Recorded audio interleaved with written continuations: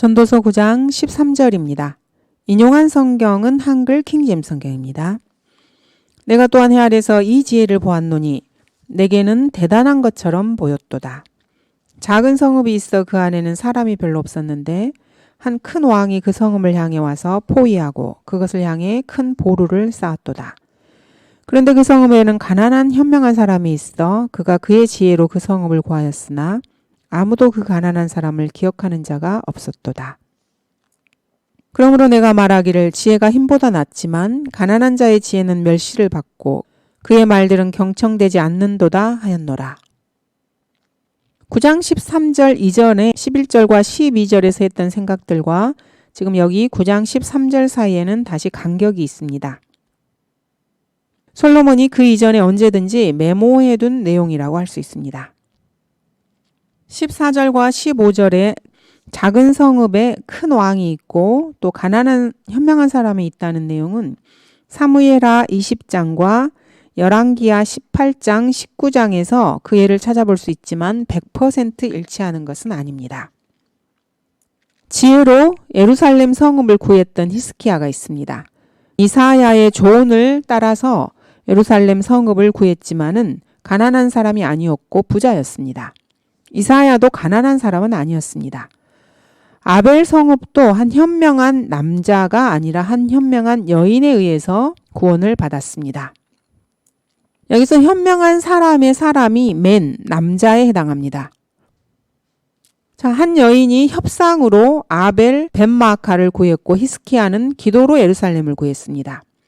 그런데 솔로몬은 그가 14절에서 17절에서 벌어진 일들에 대해서 알고 있었다고 말을 합니다.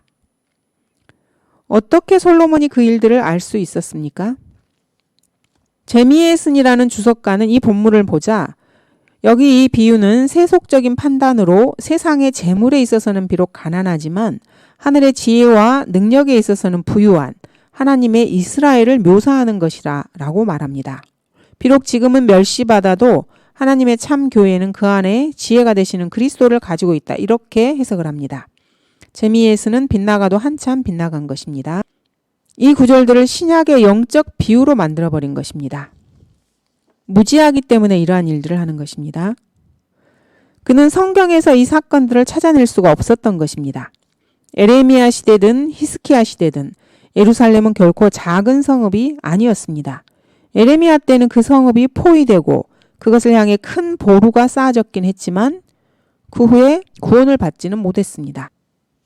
이러한 젖먹이 주석가들은 솔로몬이 당대 가장 현명했던 사람들은 물론이고 그 당시에 그 주위 1000마일 내에 모든 주요 통치자들과 친하게 사귀었다는 사실을 잊어버린 것입니다. 본문에서 솔로몬은 시리아, 아라비아, 메소포타미아, 북아프리카, 페니키아 그리고 소아시아의 통치자들과 나눴던 시간들을 통해서 직접 들었던 이야기를 그려내고 있는 것입니다. 실제 사례는 예루살렘에서부터 200마일 이내에서 벌어진 그런 사건이 아닐 수도 있습니다. 히람, 시바 여왕, 에단, 헤만, 칼콜 그리고 동방나라의 모든 자손은 분명히 솔로몬에게 많은 정보를 주었을 것입니다. 이것은 우리가 성경 기록을 통해서도 분명히 알 수 있는 사실입니다. 그가 모든 사람보다 현명하여 에스라인 에단과 마올의 아들들 헤만과 칼콜과 다르다보다 현명하였으니 그의 명성이 주위 모든 민족에게 미쳤더라. 솔로몬의 지혜가 동방나라의 모든 자손의 지혜와 이집트의 모든 지혜보다 뛰어나더라. 솔로몬은 지혜롭고 뛰어난 통치자였습니다. 성경을 주석한다고 하는 사람들이 성경 독자들을 자신들의 무지의 수준으로 끌어내리기 위해 급급하고 있습니다. 그래서 땅의 모든 왕들이 솔로몬에게 왔다는 사실을 잊어버리는 것입니다. 땅의 모든 통치자들이 아무런 정보도 갖지 않은 채 마치 솔로몬에게 온 것처럼 합니다. 솔로몬이 그 통치자들에게서 아무런 정보도 캐내지 않았으리라고 생각할 만큼 어리숙한 사람도 있습니까? 주위의 통치자들이 보러 온 이 솔로몬은 잠언 3000편을 말하고 그 잠언들 중 하나가 잠언 29장 8절입니다. 조롱하는 사람들은 성읍을 덫에 걸리게 하나 현명한 사람들은 진노에서 떠나느니라. 역사적으로 보자면은 세상은 결코 진정으로 현명한 사람을 아주 오래 기억하지 않습니다. 라디오, 신문, 텔레비전에 지배당한 나라들에서는 최소한 그렇습니다. 인도, 중국이 처한 운명에서 미국을 건져낸 사람들을 기리기 위해서 아무런 기념비도 세우지 않습니다.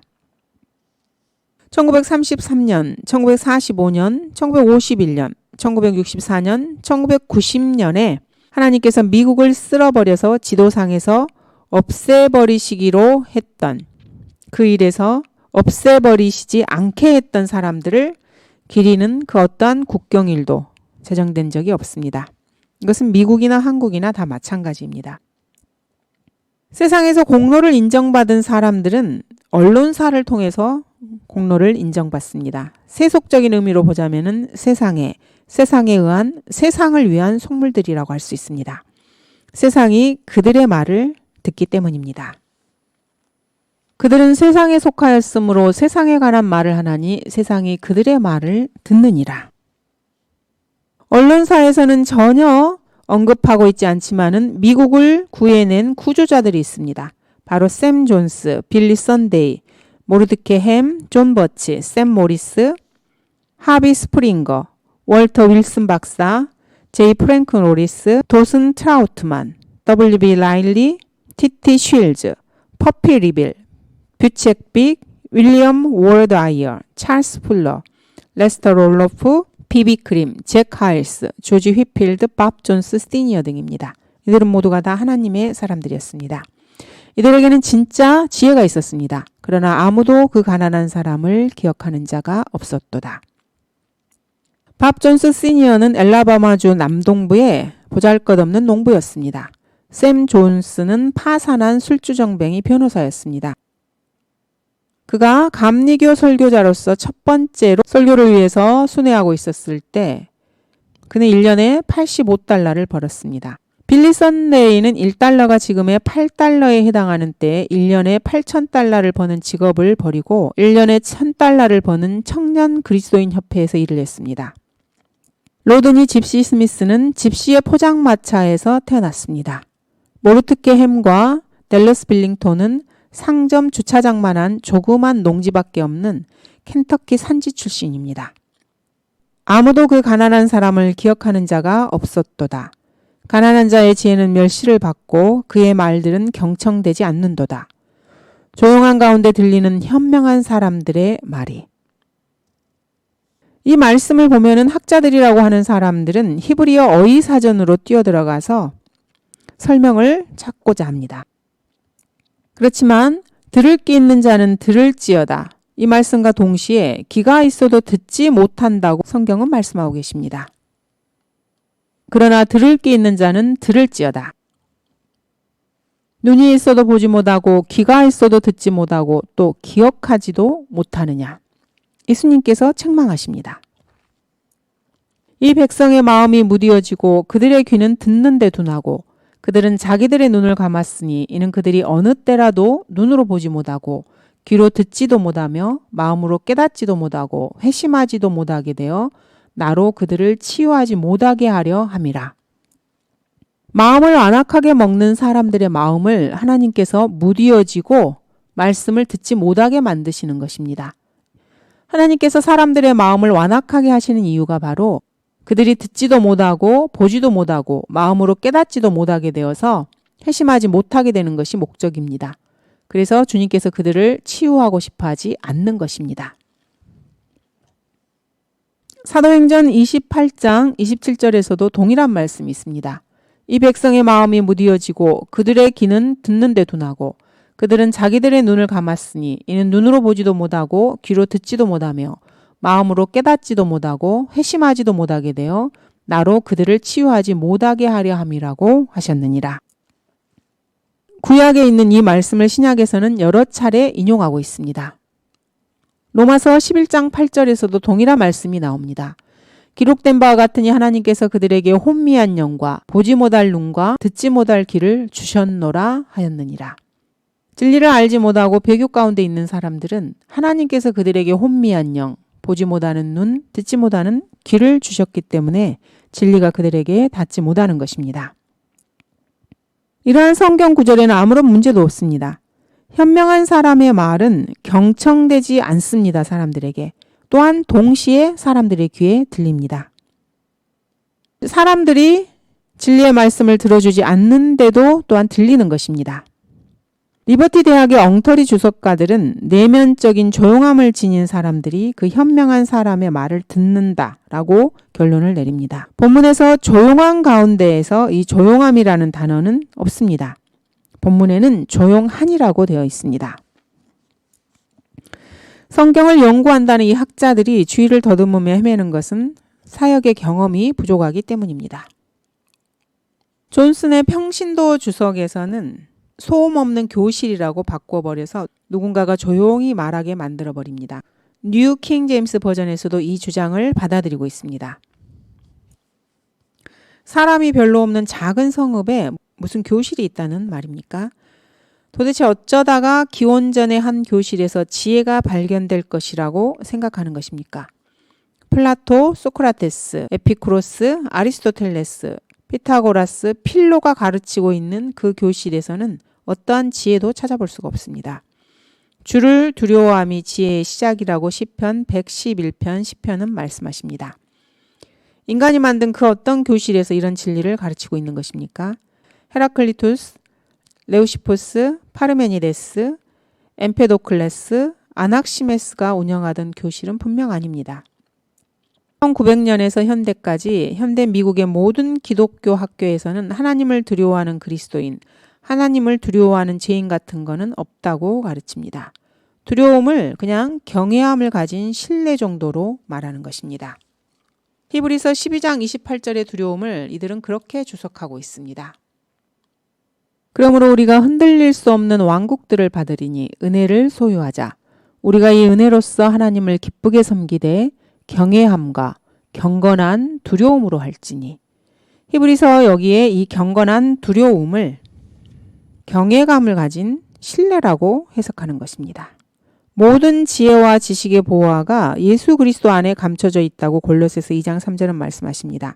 이 말씀이 사실이라면은 도대체 바벨론 포르기 이후에 어느 교실에서 그것을 담아내고 있단 말입니까? 페르시아, 그리스, 시리아, 소아시아, 이집트의 그 어떤 학교 교실에서도 이런 일은 없습니다. 전도서와 잠언의 저자인 솔로몬에 따르면 현명한 사람들의 말은 구령자들의 말이라고 할 수 있습니다. 의로운 자의 열매는 생명의 나무니 혼들을 이겨오는 자는 현명하다고 솔로몬은 잠언 11장 30절에서 말합니다. 다니엘은 현명한 자들은 많은 사람을 의로 돌이키는 사람들이라고 말하고 창공의 광명처럼 영원무궁토록 빛날 것이라고 기록하고 있습니다. 그리스도인들이 누군가에게 말씀을 증거할 때면은 그가 아무리 그 말씀을 무시하고 벗어나려고 하고 듣지 않으려고 해도 성도가 전파하는 하나님의 말씀이 마음속에 꽂히는 법입니다. 성도들이 증거하는 동안에 그 사람은 여러분을 조롱하고 또 인용하는 성경을 조롱하고 그 말씀을 무시하는 것처럼 행동할 수 있습니다. 하지만 혼자서 조용히 잠을 청하는 밤에는 우리 그리스도인들이 했던 모든 말들을 되뇌이게 될 것이고 그 말씀들은 우리 그리스도인들이 입을 닫은 후 짧게는 5시간 동안 길게는 50년 동안 그 사람에게 역사하게 될 것입니다. 우리 그리스도인들이 인용하는 이 책, 성경은 살아있기 때문입니다. 하나님의 말씀은 살아있고 능력이 있어 양날이 있는 어떤 칼보다도 예리하여 혼과 영 그리고 관절과 골수를 찔러 가르고 마음의 생각들과 의도들을 판별하느니라. 그 어떤 피조물도 그분 앞에 나타나지 않는 것이 하나도 없나니 오직 만물이 우리가 회개해야 하는 그분의 눈앞에 벌거벗은 채로 명백히 드러나게 되느니라. 하나님의 말씀은 결코 매이지 않습니다. 이 복음으로 인하여 내가 악을 행하는 자처럼 매어서까지 고난을 받고 있으나 하나님의 말씀은 매이지 아니하느니라. 현명한 사람이 말을 한 다음에 그 말이 경멸을 당하고 무시될 수 있다는 것을 알아야 합니다. 너희가 모세의 율법으로는 의롭게 되지 못하였던 그 모든 일에 있어서도 믿는 자는 모두 그분을 통하여 의롭게 된다는 것이니라. 바울은 이렇게 정치가들 앞에서 설교를 합니다. 그런데 이 말씀이 곧바로 경멸을 당합니다.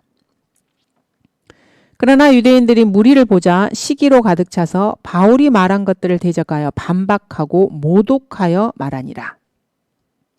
무시되기도 합니다.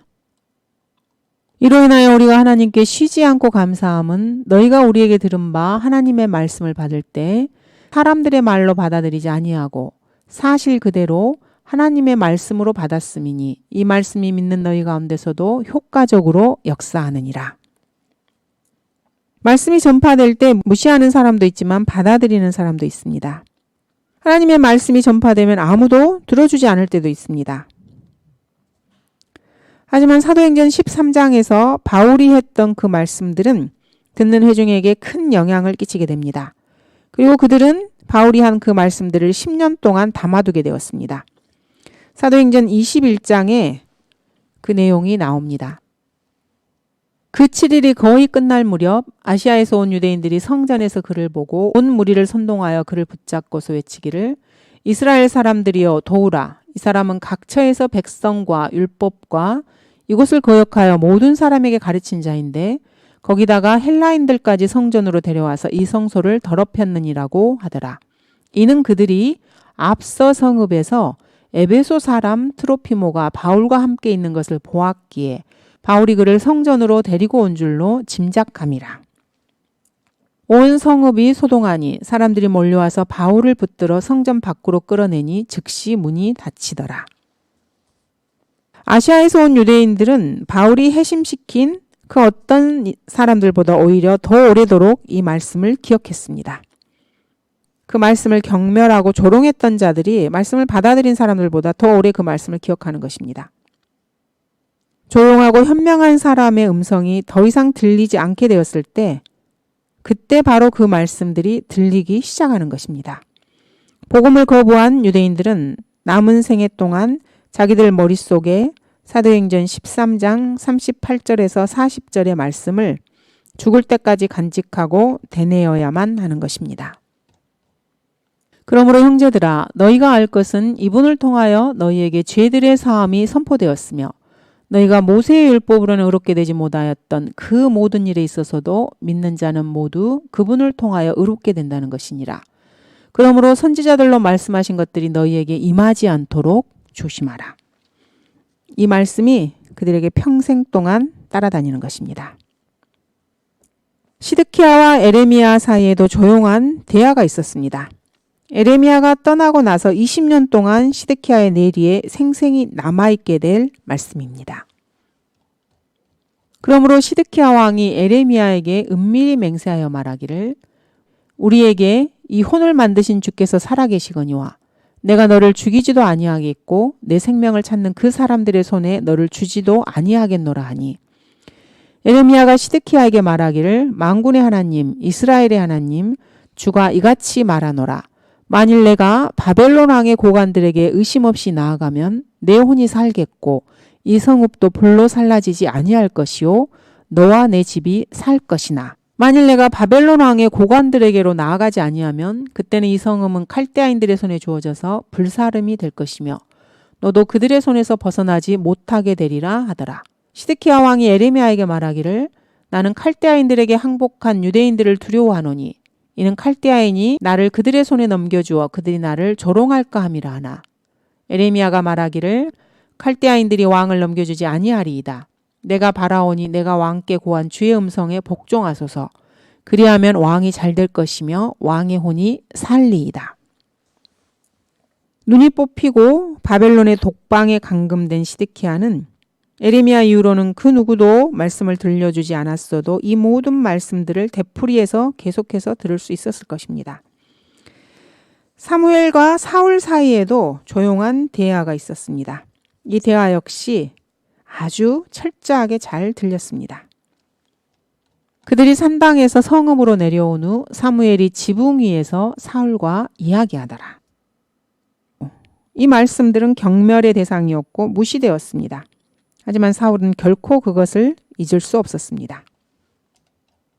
이스라엘 자손에게 말하기를 이스라엘의 주 하나님께서 이같이 말씀하시기를 내가 이스라엘을 이집트에서 인도하여 이집트인의 손과 모든 왕국들의 손과 너희를 압제하였던 자들로부터 너희를 구해내었느니라 하셨으나 내가 필리스티아인들은 이제 길갈로 나를 향해 내려오는데 나는 주께 간구드리지 아니하였도다 라고 말하고 이에 내가 부득불 번제를 드렸나이다.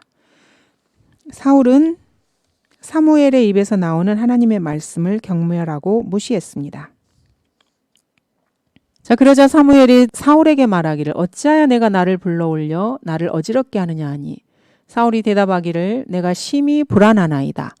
필리스티아인들은 나를 대적하여 싸움을 벌이는데 하나님께서는 나를 떠나시어 선지자를 통해서도 꿈을 통해서도 더 이상 내게 응답하지 아니하시므로 내가 당신을 불러올렸으니 당신께서는 내가 할 일을 나로 알게 하옵소서 하자.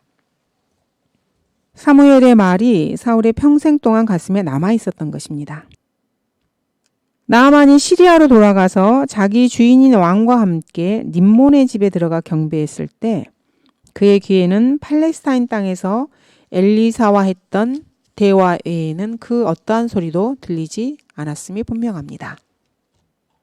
이 일에 주께서 당신의 종을 용서해 주시기를 원하오니 이는 내 주인이 림몬의 집에 경배하려고 들어가서 내 손을 의지할 때 나도 림몬의 집에서 절함이니이다. 내가 림몬의 집에서 절할 때 주께서 이 일에 당신의 종을 용서해 주시기 원하나이다 하니 히브리 선지자에게서 하나님의 진리를 들은 다음에 다스리는 사람인 시리아 왕의 외침 따위는 종교적으로 이제 더 이상 그에게 어떠한 의미도 없었습니다. 성경 거부자가 현명한 사람의 말들, 곧 그가 듣지 않으려 했던 말들을 듣게 되는 것은 바로 그 말이 다 끝난 다음에 혼자 조용히 있을 때입니다. 그러므로 내가 말하기를 지혜가 힘보다 낫지만 가난한 자의 지혜는 멸시를 받고 그의 말들은 경청되지 않는도다 하였노라. 조용한 가운데 들리는 현명한 사람들의 말이 어리석은 자들 가운데서 다스리는 사람의 외침보다 나으니라. 이 말씀은 참된 말씀입니다. 인간 그 누구가 여기에 손을 댈 필요가 없습니다. 성경 교사거나 목사거나 주석가라고 하는 사람들은 자기들이 무언가를 아는 사람들이고 인정을 받게끔 뭘 좀 말해야 된다고 느끼고 이것저것 그냥 되는 대로 말하는 것입니다. 하지만 그들은 정말로 아무것도 모르는 사람들입니다. 18절입니다. 지혜가 전쟁의 무기들보다 나으나 한 명의 죄인이 많은 선을 파괴시키느니라. 무기는 사용하는 법을 알지 못하면 전혀 유익이 되지 못합니다. 무기 다루는 법을 알지 못하면 그 무기로 적금뿐 아니라 자기도 해를 입을 수 있습니다. 사실 무기라고 하는 것은 생기지 않을 수도 있는 적을 필연적으로 만들어내기도 합니다. 전쟁의 무기들은 잠입과 파괴 활동을 포함해서 확실한 군사작전에 대항할 때는 무력합니다. 베트남에서 미군은 허를 찔리고 포위당하고 침투당했습니다. 그런 전쟁에서 이길 승산은 전혀 없습니다. 마치 양손이 가죽끈으로 허리 뒤에 묶인 채 섭씨 40도의 온도에서 타이슨 같은 사람과 곤투로 대결하기 위해서 링에 오르는 것과 같습니다. 때로 지혜가 있으면 군사적 충돌을 피할 수도 있습니다. 그래서 전쟁의 무기를 사용할 필요가 없게 되기도 합니다. 그런 애가 사무엘상 16장에 나와 있습니다. 사무엘이 말하기를 내가 어찌 가리이까 사울이 그 말을 들으면 나를 죽이리이다 하니 주께서 말씀하시기를 너는 너와 함께 암송아지 한 마리를 끌고 가서 말하기를 내가 주께 제사를 드리려고 왔다 하고 이새를 희생제에 청하라. 그리하면 내가 너에게 할 일을 알려주리니 너는 나를 위하여 내가 내게 거명하는 자에게 기름을 부을지니라 하시더라. 사무엘이 주께서 일러주신 대로 행하여 베들레헴으로 오니 그 고을의 장로들이 그가 오는 것을 보고 떨며 말하기를 화평 가운데 오시나이까 하니 그가 말하기를 화평 가운데 왔노라. 내가 주께 희생제를 드리러 왔나니 너희들도 성결케 하고 나와 함께 가서 희생제를 드리자 하고 이새와 그의 아들들을 성결케 하여 그들을 희생제에 청하더라. 사무엘하 20장에도 지혜로 충돌을 피한 애가 나오고 있습니다. 미국은 역사적으로 볼 때 지혜가 부족해서 불필요한 싸움에 말려들 때가 있었습니다. 그로 인해서 수십만 명의 생명을 잃고 빚을 지게 되었습니다. 그리고 그 빚이 지금까지도 계속 갚지 못한 상태로 남아있는 것입니다. 제1차 세계대전은 1992년에 크로아티아, 세르비아 전쟁과 마찬가지로 전혀 미국이 관여할 일이 아니었습니다. 한국 전쟁도 따지고 보면은 1983년 레바논 전쟁처럼 미국의 일은 아닌 것은 맞습니다. 베트남의 군사 고문들과 더불어서 케네디의 눈멀고 우둔한 지도력을 증진시킨 일도 남아프리카 공화국을 공산당에게 넘기려고 애쓰며 했던 일만큼이나 미국의 일은 아니었습니다. 사람에게 지혜가 있으면 때로 무기의 공격을 피할 수도 있고 때로는 자기를 대항하는 원수의 무기를 돌이킬 수도 있습니다. 그가 준수하게 생긴 한 이집트인을 죽였더라. 그 이집트인이 손에 창을 들었으나 그가 막대기를 가지고 내려가서 이집트인의 손에서 창을 빼앗아 그 창으로 그를 죽이니라. 성경에는 자기 원수의 무기와 군대를 사용해서 보좌에 앉은 사례가 나옵니다. 그 예가 다윗이라고 할 수 있습니다. 또 베냐민과 유다 자손 중에서 요새에 이르러 다윗에게 나아오니 다윗이 필리스티아인들과 함께 사울을 대적하여 싸우러 갔을 때 므낫세 지파에서 몇 사람이 다윗에게로 들어왔더라.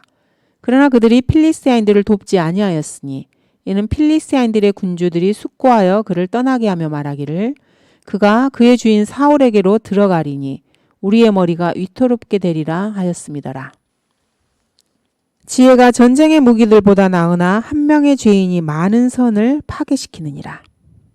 지혜가 비록 전쟁의 무기보다 낫긴 하지만은 어떤 도시나 지방, 국가를 파괴시키는 일은 마틴 루터 킹 주니어, 테드 케네디, 빈 클린턴, 힐러리 클린턴, 대법원 판사 윌리엄 더글러스 같이 허울 좋고 교만하고 잘 속이고 자기 중심적인 어떤 한 죄인이 지혜를 뒤집어 엎으면은 모두가 다 끝이 납니다. 이 확실한 이치는 여러 가지로 적용 가능합니다.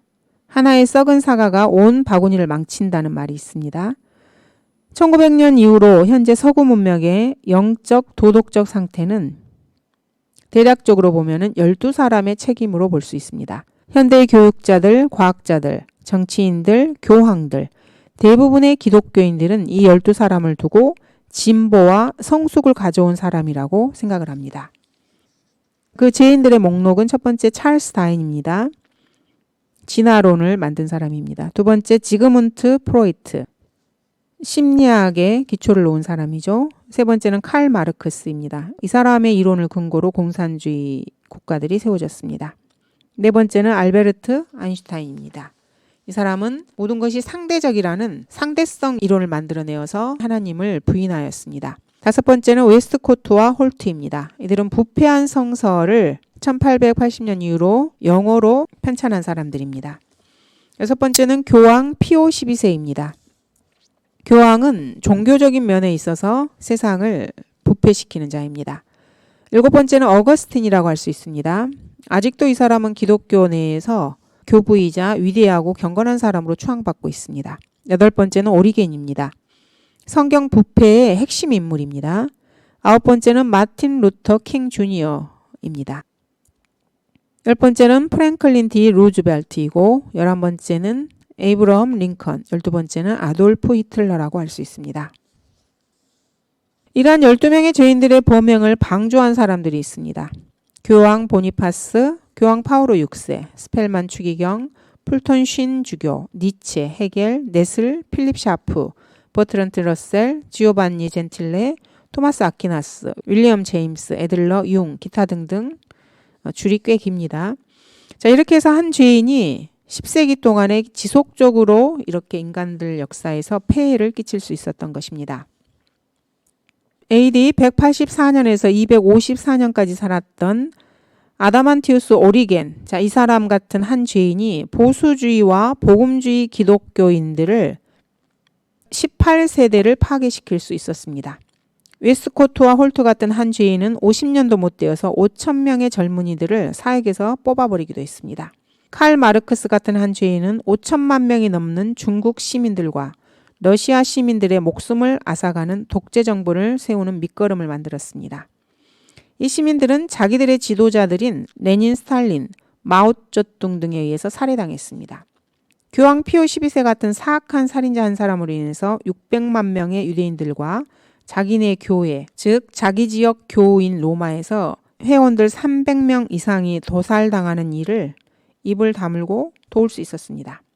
그는 전 세계가 자신을 영적인 지도자로 추앙하는데도 자기 입을 테이프로 딱 닫고 펜과 타자기도 내려놓았으며 19년이나 지속된 자기의 임기 동안에 단 한 번도 유대인, 이스라엘, 반유대주의라는 단어를 말해본 적이 없습니다. 피오 12세는 바로 아돌프 히틀러와 바티칸 협약을 맺은 그 베를린 추기경이었던 것입니다. 한 명의 죄인이 많은 선을 파괴시키기 때문입니다. 예수 그리스도를 신실하게 믿는 어떤 젊은이를 전임 사역자의 위치에서 나가떨어지게 하는 데는 다른 젊은이 한 명이면 충분합니다. 한 명이면 됩니다. 한 명의 젊은 여자가 젊은 남자가 선교지로 못 가게 할 수 있습니다. 범죄, 낙태, 마약거래, 살인, 음란물, 음주를 최소화시키는 국가법을 모두 어기고 전형적으로 위헌적인 판결을 내림으로써 시민들이 밤에 거리를 다니며 위험하게 만드는 데는 한 명의 지방법원 판사면 충분합니다. 자, 미국에서는 독립적으로 즉석에서 고안해낸 사적인 법들이 있습니다. 카터 정부 이후로 525명의 연방 관료들이 내놓고 축적된 전체 판결들, 헌법의 조항이나 의회에서 통과된 그 어떠한 법률 조항에 대해서도 단 하나의 언급도 없이 만들어낼 수 있는 것입니다. 모든 경우에 판사 개인, 즉 한 죄인이 자기 자신의 판결을 최종 권위로 만들어버리는 것입니다.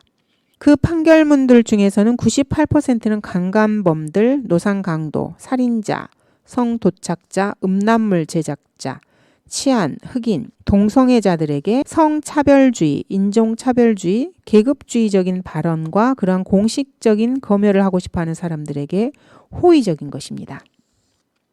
이러한 판결은 헌법이나 권리장전과는 아무런 관계가 없는 판결들입니다. 카운트 베르크톨드, 이 사람은 로마 카톨릭 황제 프란츠 요제프의 로마 카톨릭 대사였는데 이 한 사람이 전쟁을 일으킴으로써 1,500만 명이 넘는 사람들이 죽게 되었습니다. 찰스 다윈같이 무지하고 잘못된 멍청이 한 명으로 인해서 100년 동안에 매년 5만 명씩 대학 졸업자들의 지성이 파괴되는 도미노 연쇄 반응이 시작된 것입니다. 음란하고 자기중심적인 성도착자들의 정글 문화를 촉진시킨 것 외에 그 어떠한 일에도 자격이 없는 500만 명의 지도자들을 양산해낸 결과가 된 것입니다. 현재 대학의 캠퍼스는 찰스 다윈과 그의 수행원인 온숭이 인간들이 만들어낸 창조물이라고 할 수 있습니다. 한 사람의 죄인의 힘이 참으로 크게 이 세상에서 파급 효과를 드러내고 있습니다. 그래서 한 사람의 신실한 그리스도인이 더욱더 절실히 요청되는 시대라고 할 수 있습니다. 감사합니다.